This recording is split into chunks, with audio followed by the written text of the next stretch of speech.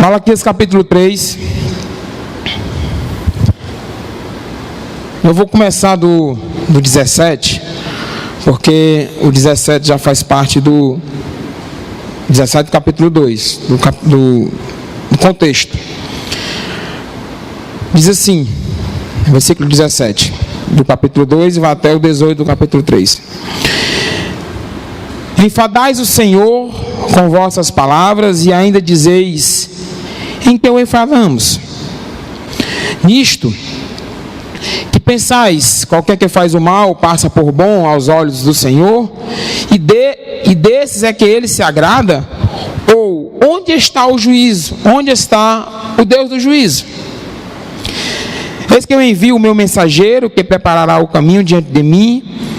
De repente virá ao seu templo o Senhor, a quem vós buscais, o anjo da aliança, a quem vós desejais. Eis que ele vem, diz o Senhor dos Exércitos. Mas quem poderá suportar o dia da sua vinda? E quem poderá subsistir quando ele aparecer? Porque ele é como o fogo do ourives e como a potassa dos lavandeiros. Assentar-se-á como o derretor e purificador de prata, purificará os filhos de Levi, os refinará como ouro e como prata. Eles trarão ao Senhor justas ofertas. Então a oferta de Judá e de Jerusalém será agradável ao Senhor, como nos dias antigos e como nos primeiros anos. Chegar-me-ei a vós outros para juízo, serei testemunha veloz contra os feiticeiros e contra os adúlteros e contra os que juram falsamente e contra os que defraudam o salário do jornaleiro e oprimem a viúva e o órfão e torcem o direito do estrangeiro e não me temem, diz o Senhor dos Exércitos. Porque eu, o Senhor, não mudo. Por isso, vós, ó filhos de Jacó, não sois consumidos. Desde os dias de vossos pais vos enviastes os meus estatutos e não os guardastes. Tornai-vos para mim, e eu me tornarei para vós outros, diz o Senhor dos Exércitos. Mas vós dizeis: em que havemos de tornar? Roubará o homem a Deus? Todavia vós me roubais e dizeis: em que te roubamos? Nos dízimos e nas ofertas? Com maldição sois amaldiçoados, porque a mim me roubais, vós a nação toda. Trazei todos os dízimos à casa do tesouro, para que haja mantimento na minha casa. E provai-me nisto, diz o Senhor dos Exércitos, se eu não vos abrir as janelas do céu e não derramar sobre vós a bênção sem medida. Por vossa causa repreenderei o devorador, para que não vos consuma o fruto da terra. A vossa vide no campo não será estéril, diz o Senhor dos Exércitos.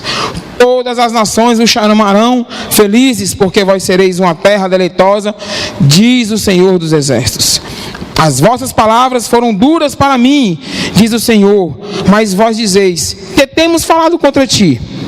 Vós dizeis: inútil é servir a Deus, que nos aproveitou termos cuidado em guardar os seus preceitos, em andarmos de luto diante do Senhor dos Exércitos?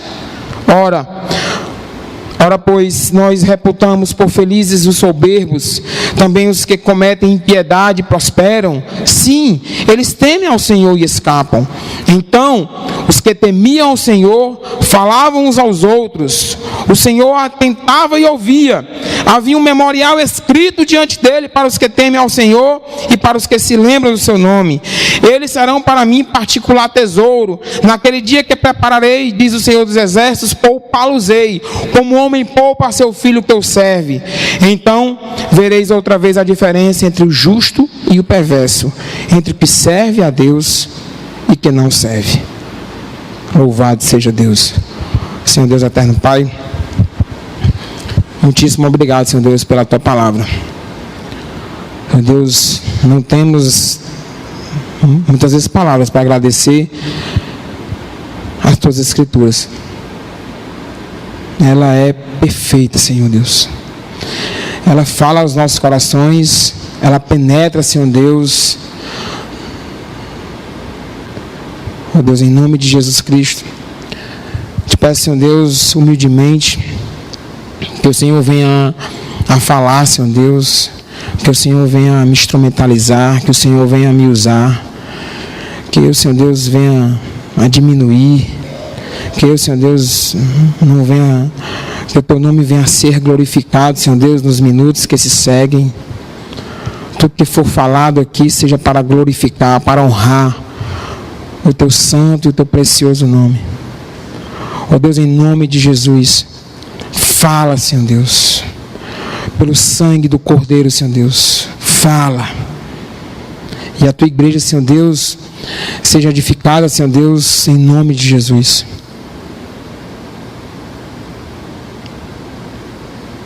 Te peço, me humilho diante de Ti, no intuito, Senhor Deus, que este servo que vos fala venha a ser usado pelo Teu Santo Espírito. Em nome de Jesus, amém.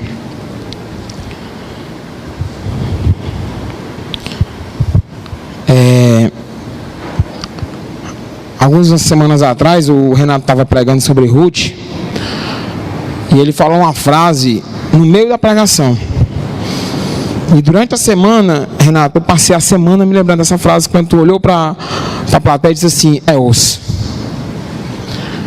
É osso, porque a gente se deleita num texto desse e olha para o relógio e a gente sabe que é difícil, é muito difícil falar esse texto em 40, 45 minutos. Aí o Rafael lá fora disse assim: é, parceiro, é a arte de pregar, te vira. Então, que Deus nos abençoe. Nessa semana eu liguei para o Jonas chorando. Cadê o Jonas? Chorando por conta desse texto. Introdutoriamente, a gente percebe que um tribunal aqui é como se tivesse feito um tribunal aqui, até do 16. Como eu comecei do 17, um tribunal é estabelecido ali naquele momento. E eu não vou me remeter a todo o contexto, porque Rafael e Edson fez isso como vocês se garantiram. Louvado seja Deus pela vida de vocês, porque aí a gente não ia gastar mais tempo falando do contexto. Então vocês fizeram isso muito bem, vocês dois. E a gente já entra no texto. Então esse tribunal é feito, uma acusação contra o Senhor é formalizada ali, e uma defesa ela é feita pelo Senhor. Deus está se defendendo? Não, porque Deus não precisa se defender, porque Ele é santo, Ele é perfeito. Mas a gente vai, durante aqui os minutos, a gente vai perceber essa acusação, a defesa e a sentença do nosso grande Deus. Os acusadores de Deus, a ingratidão desses acusadores de Deus. A Bíblia diz que enfadais o Senhor com vossas palavras, e ainda dizeis em que o enfadamos, nisto que pensais, qualquer que faz o mal passa por bons aos olhos do Senhor, e desses é que Ele se agrada. Onde está? Ele pergunta: onde está o juiz de Deus? Olha a ingratidão dos acusadores de Deus. E esses acusadores de Deus não eram pagãos, não eram pessoas que não conheciam a Deus, não eram pessoas que não sabiam quem era Deus. Esses acusadores eram o povo de Deus. Eles estavam acusando a Deus, e acusando a Deus, a quem Deus ama, protege, liberta. Em vez de estar adorando ao Senhor, em vez de estar em santidade de vida, em vez de estar deixando o Senhor feliz, eles estavam acusando ao Senhor. Falsas acusações. E a pergunta, e eles fazem a pergunta: onde está o juiz de Deus? Esses acusadores, percebemos a insensibilidade deles, insensíveis com suas palavras, insensíveis com seus pecados, agem contra Deus e não têm nenhuma percepção disso. Muitas vezes o povo de Deus é assim, ficam anestesiados e ficam tentando acusar Deus, tentando dizer que Deus fez isso, que Deus fez aquilo. E Deus é santo, Deus é soberano. E Deus, Ele controla tudo, Deus, Ele controla todas as coisas. Insensíveis esses acusadores. Esses acusadores também estão errados, né? Esperavam, tinham uma ideia completamente falha da sua missão. Esperavam que esse Deus ele viesse destruir, né, as potências, e viesse destruir os gentios, as potências dos gentios, e restaurar o poder lá de Israel. Mas não estavam preparados para a obra que Deus iria realizar na purificação do seu povo. Não estavam preparados. E por isso que erraram, por isso que estavam insensíveis. Esperavam, tinham claras expectativas que Deus os exaltasse. Eles pensavam que Deus ia exaltá-los, iam colocá-los lá num trono, mas ainda estavam sob jugo estrangeiro. Estavam contra o Senhor, estavam acusando o Senhor. Tinham expectativa, achavam que Deus seria um Deus guerreiro, um político, né, que fazia suas vontades, mas erraram. E aí no 17, Deus ele é acusado de ser passivo diante do que acontece no mundo. Vocês imaginam essa acusação?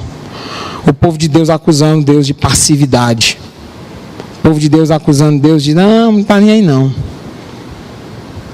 está nem aí para vocês, não está nem aí para o mundo, não está nem aí para o que está acontecendo. E fora isso, no 17, Deus é acusado de ser parcial, de ser parcial nos seus julgamentos. E diante disso, o povo de Deus ele faz 3 acusações pesadíssimas para Deus em relação ao Senhor. Ele diz que no 17, ele vai dizer que a impunidade, a primeira acusação é a impunidade no julgamento. Qualquer que faz bem, qualquer que faz o mal, passa por bom aos olhos do Senhor. Eles acusam Deus de não recompensar o bem e de premiar o mal.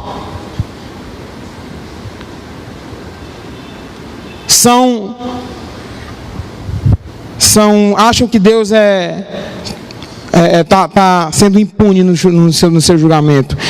Eles dizem que o caráter de Deus é corrupto. Ele diz que é desses que Deus se agrada.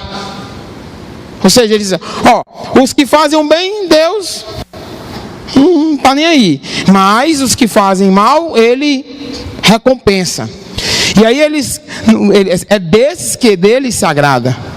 Eles dizem que o caráter de Deus é corrupto, se alegra com o mal, com os que fazem mal. Atacam o caráter santo, perfeito, imutável de Deus. Acusam Deus de se alegrar no pecado. Acusam Deus de estar feliz com os seus pecados, com as suas falhas.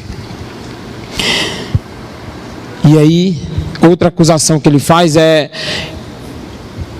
eles acham que a providência de Deus, ela não existe providência de Deus. Quando eles perguntam, onde está o juízo de Deus? Acusam Deus de ser omisso, de ser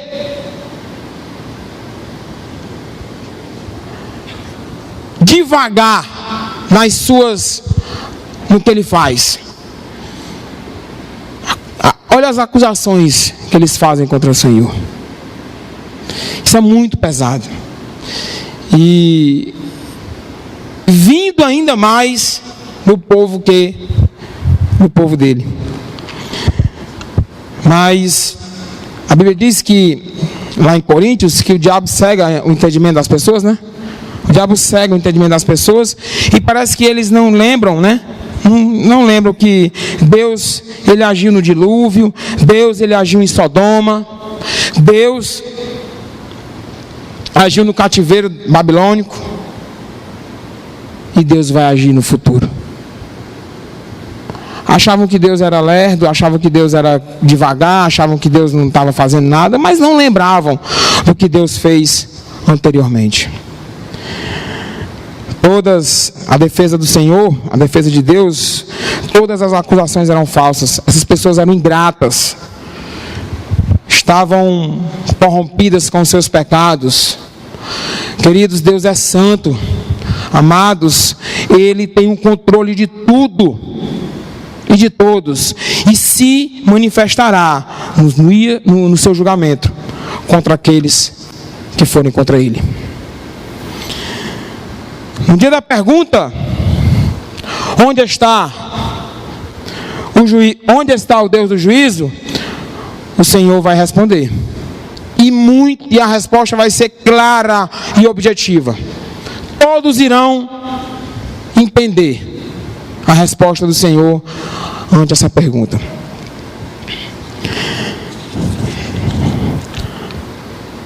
O Deus da justiça, no versículo 1, virá sem sombra de dúvidas. Com certeza Ele virá. Versículo 1 vai dizer: eis que eu envio o meu mensageiro, que preparará o caminho diante de mim. De repente virá o seu templo e o Senhor, a quem vós buscais, o anjo da aliança, a quem vós desejais. Eis que Ele vem, diz o Senhor. Ele virá. Com certeza Ele virá. Deus ele está como se fosse com o nome daquele negócio aqui, do cavalo? As rédeas da história nas mãos. Pode parecer, queridos, que as grandes nações, os grandes impérios, os grandes imperadores, né, estão no controle. Pode parecer, mas não estão.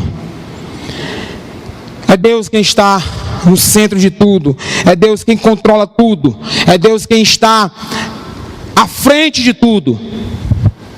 É Ele quem governa. E é Ele quem vai vir para estabelecer o seu reino e para estabelecer a sua justiça. Deus, Ele virá não só com certeza, mas Ele virá de repente. Ele virá repentinamente. Quando Ele veio na sua primeira vinda,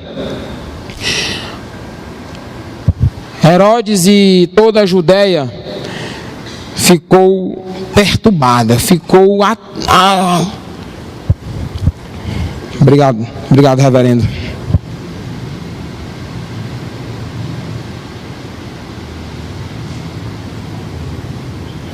Ficou sem saber o que fazer. E quando Ele vier novamente, queridos, Ele vai vir, como diz a palavra do Senhor, Ele virá como um ladrão, inesperadamente. E eu, e você, e nós temos que nos preparar para essa vinda. O Deus da justiça virá no momento certo. A Bíblia diz, no versículo 1 do capítulo 3, acompanhe, mas lá em Isaías, capítulo 40, versículo 3, vai dizer, Isaías 43, me lembrei de uma pregação da Vanessa nesse capítulo. Isaías 43, voz do que clama no deserto, preparai o caminho do Senhor, endireitai no ermo a vereda do nosso Deus. Ele virá no momento oportuno. O Senhor enviará o seu mensageiro para preparar o caminho, como diz Isaías 43. João Batista veio como percussor. Seu ministério foi, como a palavra do Senhor diz, foi aterrar os vales, foi nivelar os montes, endireitar o caminho, aplanar os caminhos escabrosos. Na segunda vinda, queridos, precisamos nos preparar. Jesus alertou sobre a necessidade de vigiarmos. E será que será que você, será que nós temos vigiado? Temos nos preparado para a segunda vinda? Lembrem, Ele virá com certeza. Ele virá de repente. E Ele virá no momento certo. O Deus do juízo, queridos, Ele virá para restaurar. E foi aqui, queridos, que eu chorei diante do Senhor, juntamente no telefone com Jonas. A Bíblia diz no versículo 2 ao 4: mas quem poderá suportar o dia da sua vinda? Ele pergunta. E quem poderá subsistir quando ele aparecer? Porque ele é como o fogo do ourives e como a potássea dos lavandeiros. Assentar-se-á como derretedor e purificador de prata. Purificará os filhos de Levi e os refinará como ouro e como prata. Eles trarão ao Senhor justas ofertas. Então a oferta de Judá e de Jerusalém será agradável ao Senhor, como nos dias antigos e como nos primeiros anos. Deus é como fogo no ourives. Os irmãos já viram como é o fogo no ourives? Como aquele profissional, ele pega o ouro para purificar o ouro. O propósito do ourives é purificar, é deixar limpo. O propósito dele não é colocar no fogo e destruir, é deixar limpo. O fogo, quando ele coloca o ouro, a prata ou o que quer que seja, o fogo tira a escória, o que é ruim, e purifica o ouro. Isso é um processo doloroso para o ourives, mas tem que ser feito. E o fato de Deus nos colocar, analogicamente falando, na fornalha, nos prova duas coisas. A primeira é que nós somos preciosos diante de Deus. Deus, Ele jamais, nunca, Ele iria depurar, ou seja, Ele iria fazer aquele processo em algo imprestável. Nunca iria fazer isso. Então, quando Ele lhe purifica, Ele faz porque você é importante. Quando Ele lhe chama para o serviço, é porque Ele quer lhe deixar puro, lhe deixar santo, lhe deixar limpo.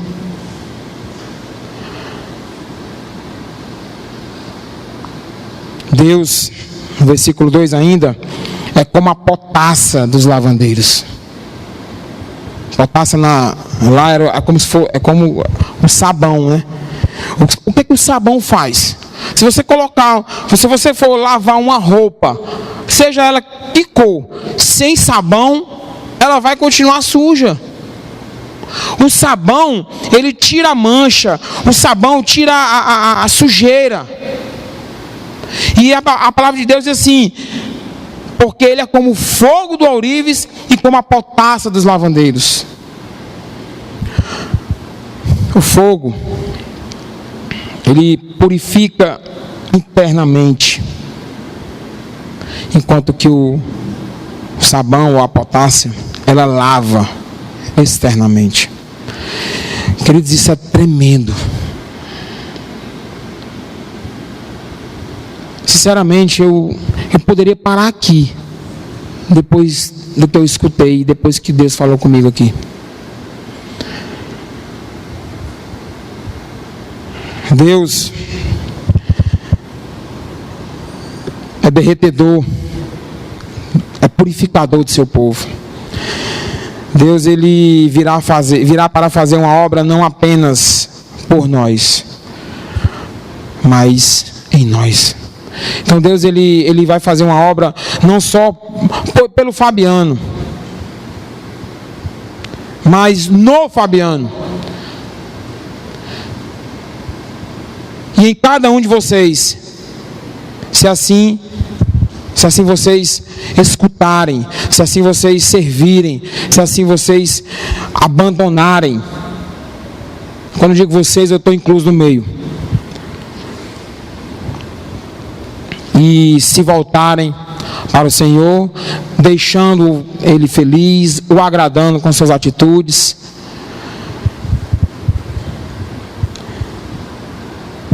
No versículo 5, chegar-me-ei a vós outros para juízo, serei testemunha veloz contra os feiticeiros, contra os adúlteros, contra os que juram falsamente, contra os que defraudam o salário do jornaleiro e oprimem a viúva, o órfão, e torcem o direito do estrangeiro e não me temem, diz o Senhor dos Exércitos.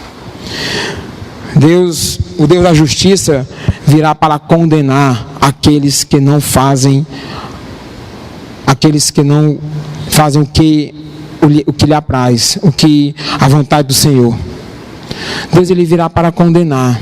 Deus é o Deus da justiça. Deus é amor, mas também Deus é justiça.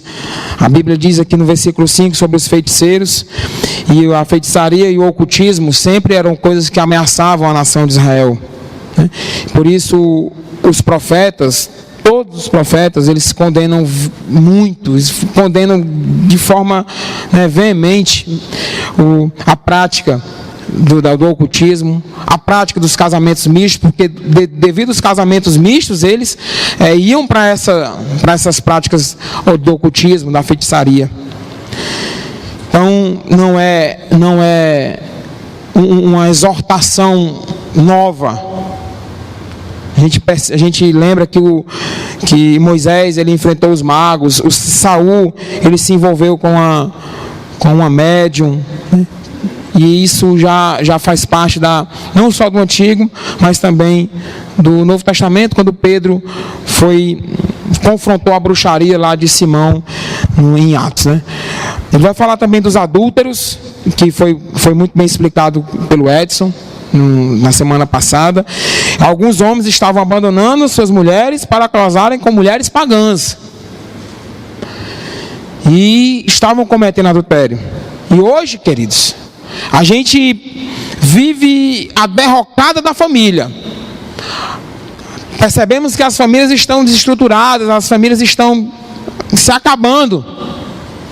E eu quero dizer uma coisa para os irmãos: famílias ruins, famílias destroçadas, não vai fazer igrejas boas, não vai fazer igrejas que crescem, não vão fazer igrejas que prosperam no sentido de discipular, de falar do Evangelho. Igrejas de base, igrejas alicerçadas, elas são criadas com boas famílias, com famílias que crescem na palavra do Senhor, que fazem que seus filhos leiam a palavra de Deus, que crescem no Evangelho. E vemos hoje a idolatria do sexo, a banalização do sexo, a homossexualidade que permeia dentro das igrejas.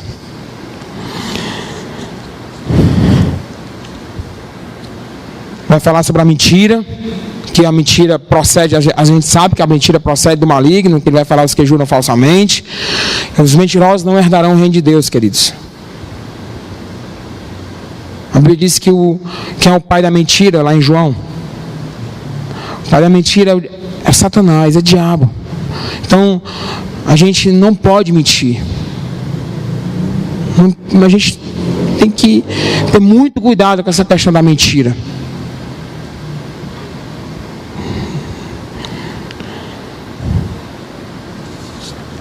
Do 6 ao 12, ele é um chamado à restauração, queridos. Do 1 ao 5 é como se Deus ele entre aspas, né? Os acusadores de Deus colocaram Deus no banco dos réus, e agora Deus o chama para a restauração. E o versículo 6, ele começa dizendo: porque eu, o Senhor, não mudo. Deus, ele é imutável, queridos. Deus é o mesmo sempre, é o mesmo ontem, é o mesmo amanhã e vai ser eternamente. Nós mudamos, a gente tem picos, né? Hoje eu estou bom, amanhã eu estou mal, amanhã eu estou feliz, amanhã eu estou triste, amanhã eu estou fiel, amanhã eu estou infiel. Hoje, amanhã, é um eletrocardiograma. Mas Deus não muda.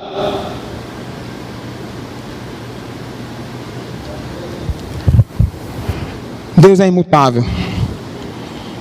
Ele não, seu amor, ele não passa por crises. Não vou amar, eu não vou amar o Fabiano hoje não, porque ele foi infiel comigo na semana. Deus não trabalha assim. A Bíblia diz que se somos infiéis, ele permanece fiel, porque ele não pode negar-se a si mesmo. Mas se eu o negar, ele me negará. Interessante isso, né?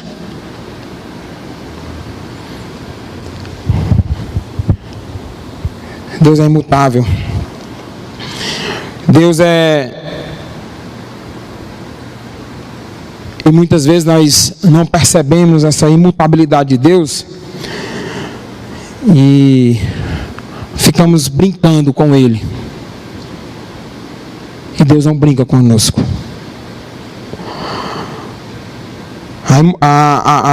Essa imutabilidade de Deus, a gente tem que se segurar nela, queridos.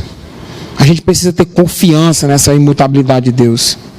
E muitas vezes nós duvidamos desse atributo do Senhor.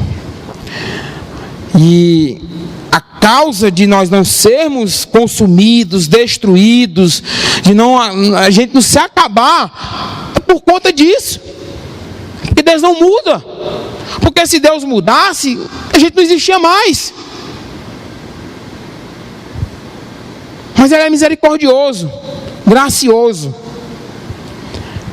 com cada um de nós. Versículo 7: desde os dias de vossos pais vos desviastes dos meus estatutos e não os guardastes. Tornai-vos para mim, e eu tornarei para vós outros, diz o Senhor dos Exércitos. Mas vós dizeis: em que havemos de tornar? A paciência de Deus. Olha a paciência de Deus aqui quando Ele diz: desde os dias dos vossos pais vos desviastes dos meus estatutos e não os guardastes. Então, essa geração de Malaquias, ela estava no mesmo curso de desvio, de desobediência de seus pais. Mas Deus, Ele não desiste desse povo. Ele não abre mão do seu povo. Ele chama este povo para a restauração, apesar de tantos anos de rebeldia, apesar de tantos anos até de apostasia. E aí a gente, essa expressão, tornai-vos para mim. Deus, Ele não quer apenas uma volta a determinados ritos, a determinadas coisas, não. Deus, Ele não quer apenas isso da gente. Deus, Ele não quer só uma religiosidade formal de irmos à igreja, de virmos aqui no domingo de manhã, na quarta, domingo à noite. Deus, Ele quer muito mais do que isso. Ele quer comunhão, Ele quer relacionamento, Ele quer intimidade. Tornai-vos para mim. E Ele diz que eu me tornarei para vós outros. Olha a dinâmica do Senhor aí. Tornai-vos para mim e eu me tornarei para vós outros. Olha a dinâmica do Senhor conosco aí. Quando a gente se volta para Deus, encontramos sempre Ele, de braços abertos. Assim como o filho pródigo encontrou seu pai, arrependido. Mas tem que se arrepender. tem que ter humildade para dizer que errou, para dizer que precisa. Não é só dizer eu vou e não se arrepender. Deus, ele não procura só a adoração, queridos. Deus, ele procura adoradores que adorem em espírito e em verdade. Essa dinâmica do Senhor, quando ele diz que tornai-vos para mim e eu me tornarei para vós outros.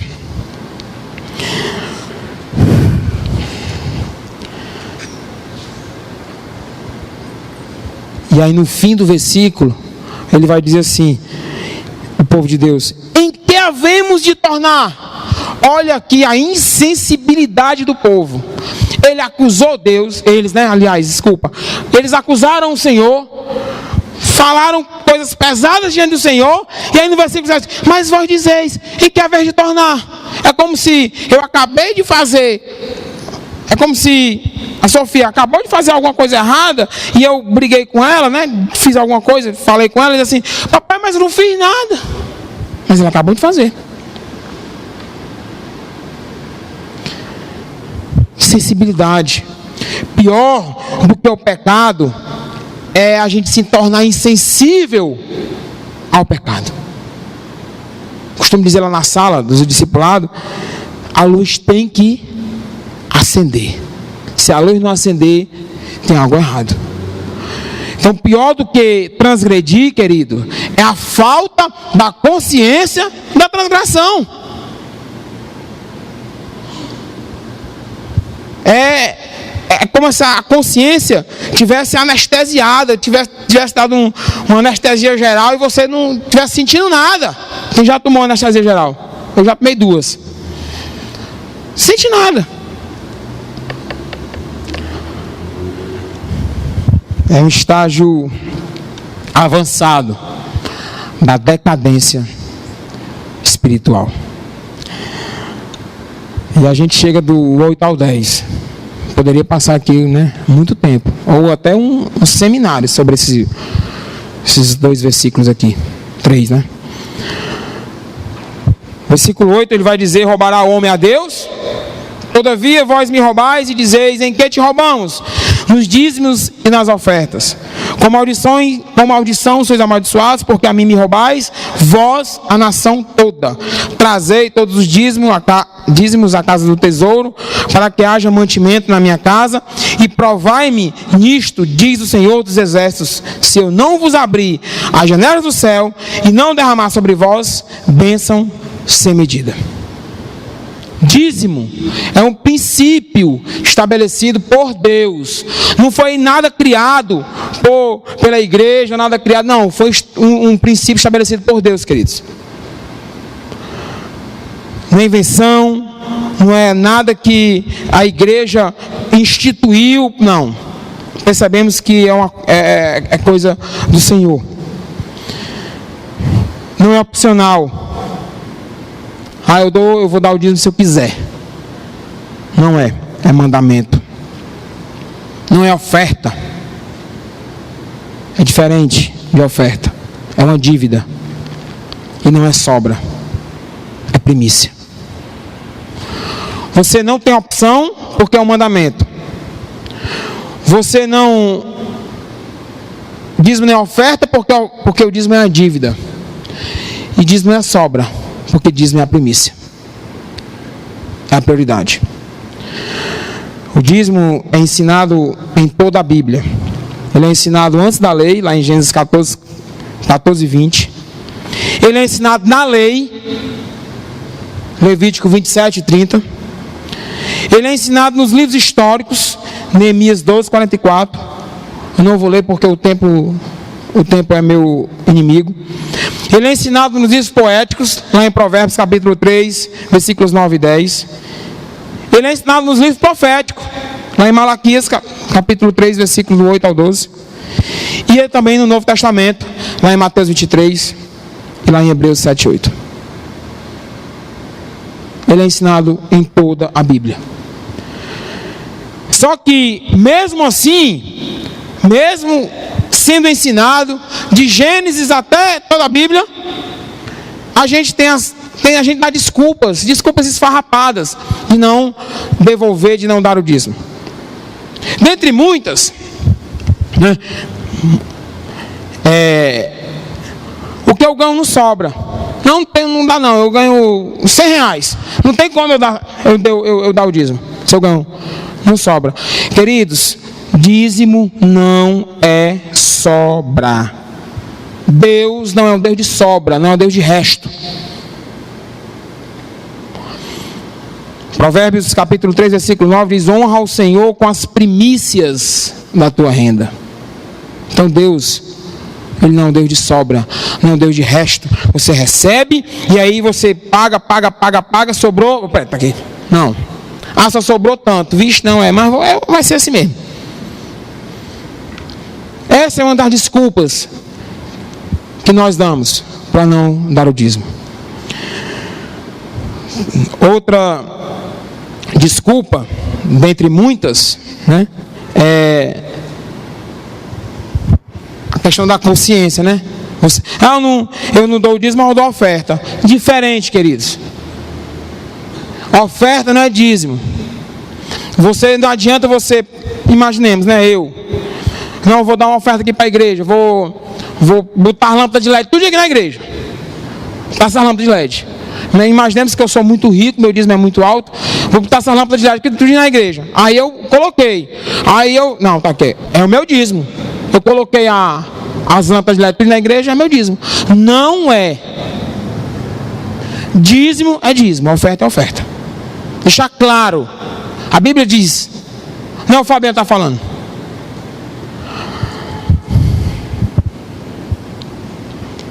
E talvez a mais, aqui a gente fala mais, ou os cristãos falam mais, a questão do dízimo, é a questão, não vou dar o dízimo porque a igreja não administra bem o dízimo, por isso que eu não vou dar o dízimo. Queridos, não é assim. Você não dá o dízimo para a igreja. Você não... A Bíblia diz que Deus manda trazer os dízimos na casa do tesouro. Então eu não posso ser um fiscal da fazenda, um fiscal da igreja para dizer que não. Ô pastor, está aqui meu dízimo. E aí, o meu dízimo tem que ser empregado em alguma coisa aqui na igreja, senão eu não vou dar. Não é assim. A gente não pode devolver o dízimo pensando assim. Então, dentre muitas, essas são algumas justificativas. Alguns pecados quanto ao dízimo. Reter o dízimo. Lá no verso 8, eles estavam roubando a Deus. Capítulo 1, versículo 13, estava trazendo ofertas indignas, oprimindo os pobres, retendo os dízimos. A palavra roubar, queridos, é tomar à força, é significar um assalto. Quem já foi assaltado aqui? Passa lá. E aí a pessoa, sei lá, tomou a força. Então roubar é tomar a força. É um assalto intencional, planejado. O cara passa 2 na bicicleta, aí tá a menina na parada e assim, vixe meu irmão, é agora. Tá ali a cliente, vamos roubar.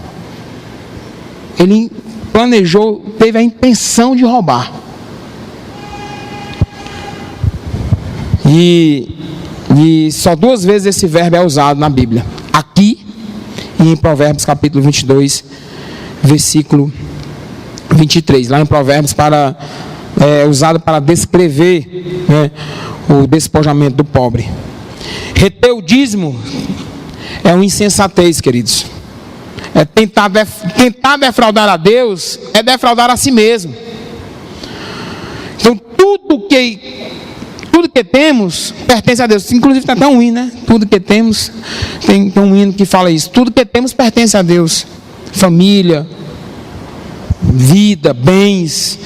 Deus ele é o Criador, Deus é o provedor, Deus ele é dono de tudo, é o protetor. Então reter o dízimo, como diz lá em Ageu, é colocar o salário aonde? Hein? Quem lembra? Num saco furado. Reter mais do que é pura perda. Reter o dízimo é amar o dinheiro. É desconfiar, queridos, da providência de Deus. É roubar a Deus. É desamparar a casa de Deus, como diz lá em Deuteronômio capítulo 26, versículo 14. Então, alguns pecados, dentre muitos: reter o dízimo, subtrair o dízimo, administrar o dízimo e subestimar o dízimo. Ele diz lá no versículo 8: eles te perguntavam, em que te roubamos? Eles pensavam que o dízimo era uma coisa sem importância, que não valia nada. Por isso que eles subestimaram o dízimo. E dentre muitos, esses são alguns pecados, se nós retermos o dízimo.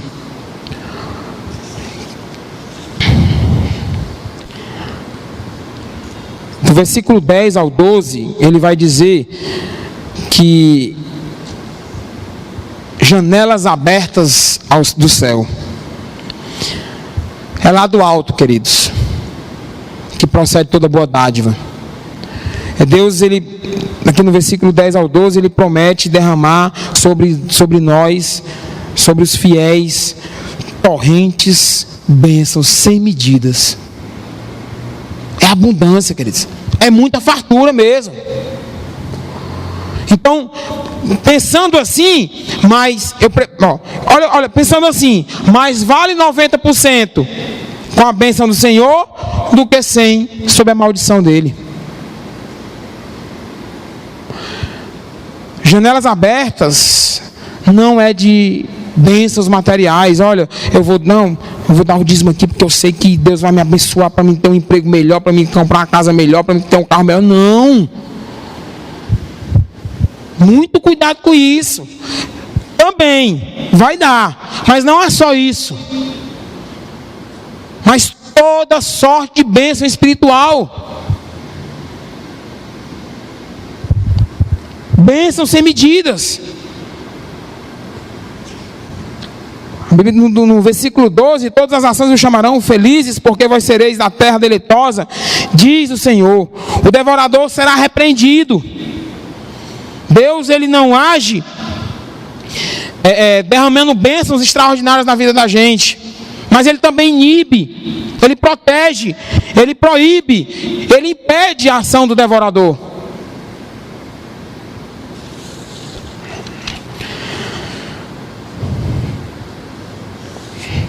Por fim, do 13 ao 18, primeiramente do 1 ao 5, os acusadores colocaram Deus no banco dos réus. Do 6 ao 12, Deus chama esse povo para a restauração. E do 13 ao 18, ele vai fazer justamente o que o Rafael deu um spoiler aqui. Ele vai diferir entre o justo e entre o perverso.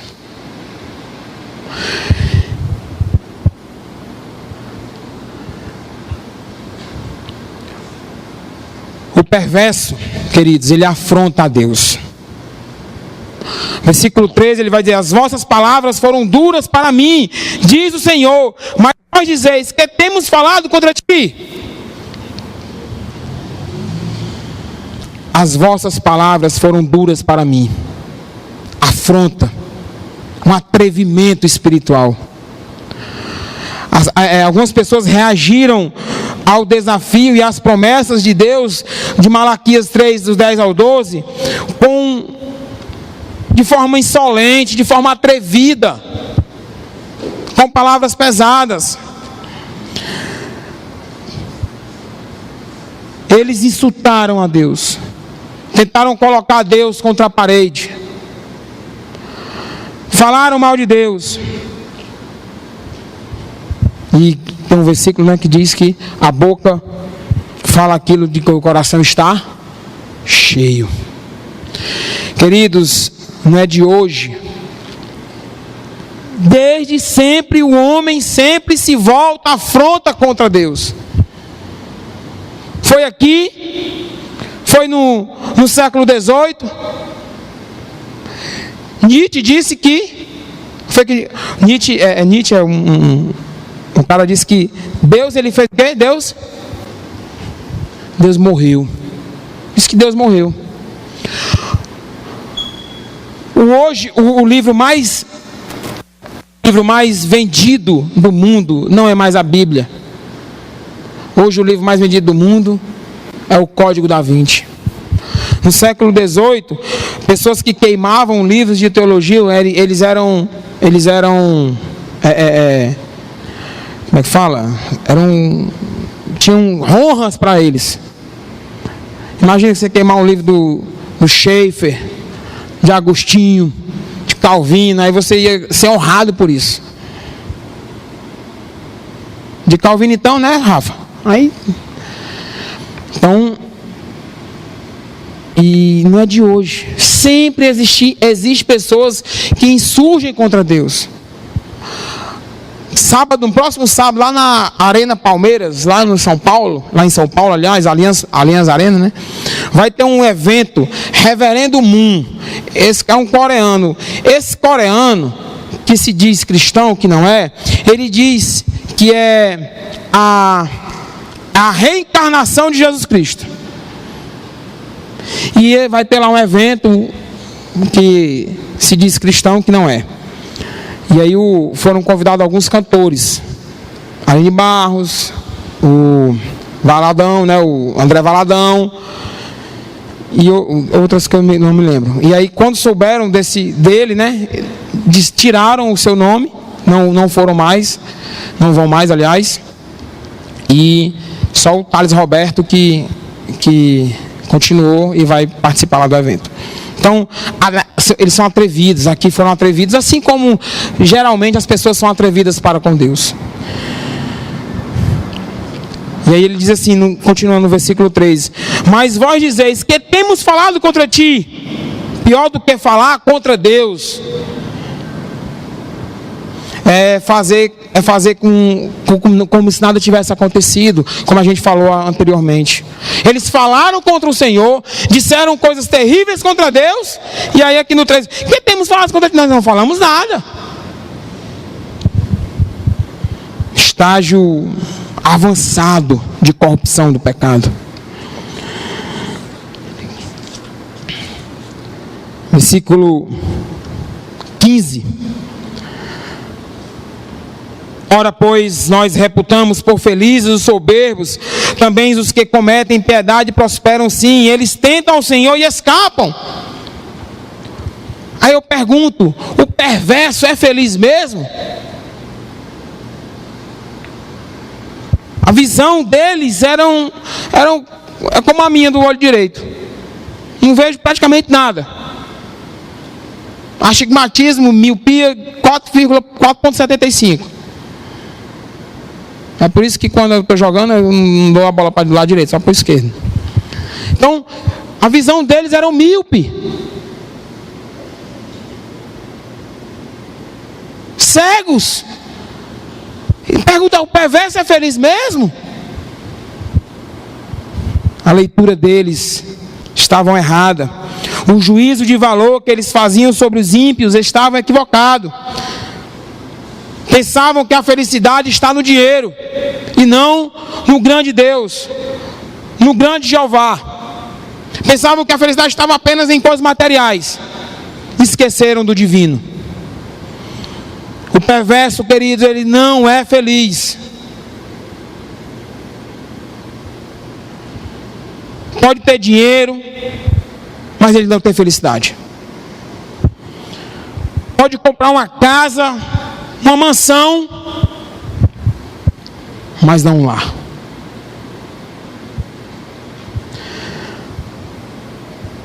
perverso pode comer a melhor comida, a comida mais cara,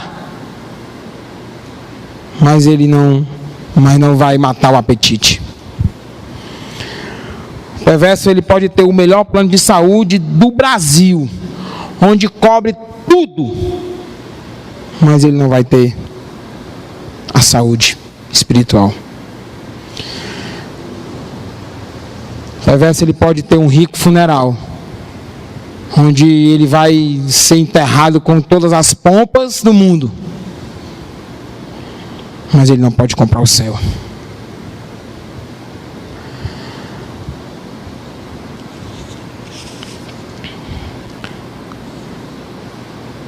O perverso,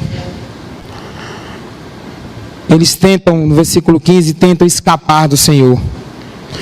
O juízo de Deus parece tardio, mas nem sempre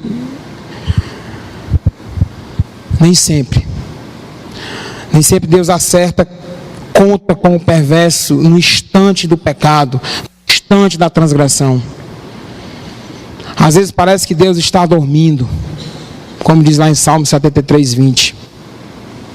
Porém, quando Deus, entre aspas, desperta, Ele destrói os infiéis. Na verdade, queridos, o perverso, ele não escapa ileso. A queda de Adão, o dilúvio, Sodoma e Gomorra, o cativeiro babilônico de Israel, revelam que Deus não deixa impune o perverso. Versículo 16, o justo. Então os que temiam ao Senhor falavam uns aos outros, o Senhor atentava e ouvia.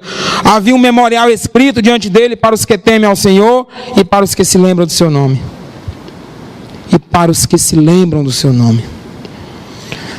O perverso só lembra do Senhor quando o Senhor fala palavras pesadas para ele, quando o Senhor o exorta, quando o Senhor fala que ele, mas foi duras as palavras, Senhor. Mas o justo lembra do Deus vivo, deleita-se nele, refugia-se nele e vive para agradar a ele. A meditação do justo leva à intimidade com Deus. Enquanto os pensamentos do perverso afastam de Deus, os pensamentos do justo chegam-se cada vez mais a ele. O justo é sincero. Então os que temiam ao Senhor, havia um memorial escrito diante dele para os que temem ao Senhor. Tem reverência, são leais. O justo é encorajador ao próximo.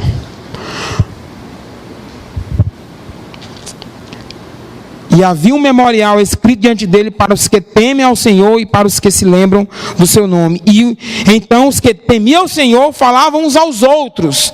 Ou seja, o justo é encorajador ao próximo, queridos. Falavam uns aos outros, encorajavam uns aos outros. O justo não apenas anda com Deus, o justo encoraja os outros a também andar com Deus também. Ele não apenas ele só recebe do Senhor, mas ele também é um canal de bênção. Ele não apenas é abençoado, mas ele também é abençoador. A gente precisa fortalecer, queridos, uns aos outros, suportar uns aos outros, levar as cargas uns dos outros.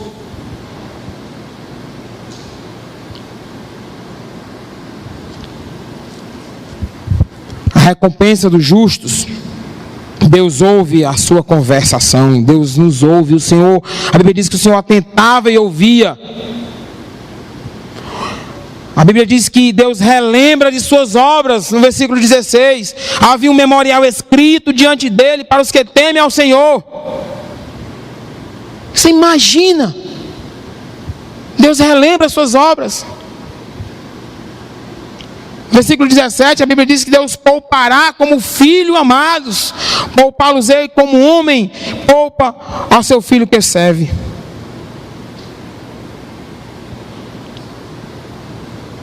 A Bíblia diz lá em Salmo 103, como o Pai se compadece dos seus filhos, assim o Senhor se compadece dos que o temem. Enquanto os perversos, eles são jogados na fornalha, como restolho, como escória, os justos receberão um novo corpo, como diz a palavra do Senhor, um novo nome, uma nova pátria, serão recebidos, coroados no reino, para reinar com Cristo eternamente. Olha a diferença do justo e do perverso. Somos poupados de toda dor, somos poupados de todo sofrimento, toda lágrima.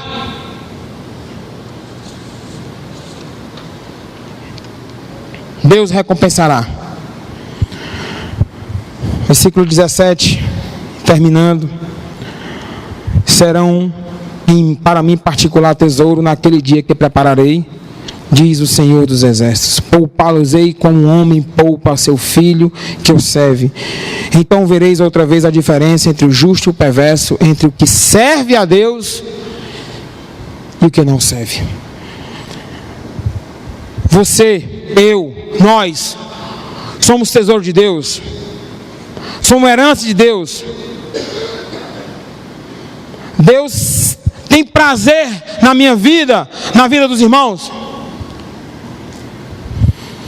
Naquele dia, Mateus 25, 46, enquanto os perversos vão perecer, vão morrer eternamente, nós, aqueles que são justos, aqueles que receberam a Jesus Cristo como seu único e suficiente Salvador, seremos em particular o tesouro de Deus. Enquanto a grande meretriz será lançada no fogo, nós, a igreja do Senhor, a noiva do Cordeiro, estaremos para as bodas. Enquanto os perversos enfrentarão o inferno, os justos estarão no seio de Abraão, como diz lá em Lucas capítulo 16, versículo 19 ao 31. Enquanto os perversos ressuscitam para o juízo, os justos, louvado seja Deus, ressuscitarão para a vida eterna. Enquanto os perversos serão lançados no lago do fogo, os justos, cujos nomes estão no livro da vida, entrarão no céu.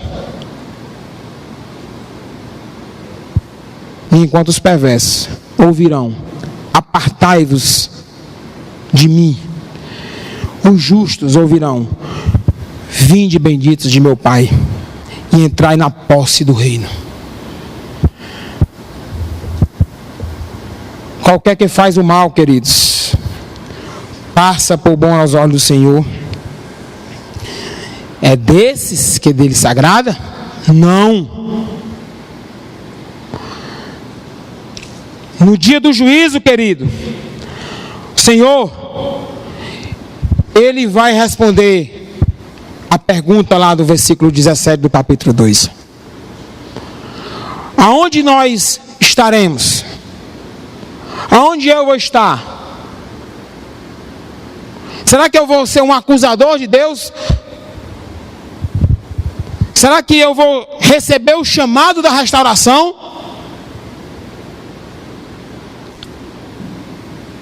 Ou será que eu vou ser chamado de justo diante do Senhor? Malaquias 3, a gente poderia dividir esses 18 versículos em 3 sermões. Falei que a gente passa por cima de muita coisa, mas ele falou bastante comigo no meu coração. Que Deus, na sua infinita bondade e misericórdia, faça que, a começar por mim, né, tente só falar coisas boas a respeito do Senhor, independentemente do que vai acontecer ou do que está acontecendo. Que eu escute esse chamado para o Senhor, para ser restaurado, para Ele me limpar, para Ele me purificar, como diz lá em Malaquias capítulo 2. Que eu seja um dizimista fiel, e eu ajude a casa do tesouro a abençoar cada vez mais vidas. E por fim, que eu possa ser cada vez mais ser visto como justo diante daqueles que me cercam, seja na minha família, seja no meu trabalho, seja aonde quer que eu esteja. E que os irmãos também pensem e vejam da forma que Malaquias nos escreveu, que o justo receberá a coroa, o justo viverá eternamente e o justo receberá a coroa da glória. Que Deus nos abençoe. Amém?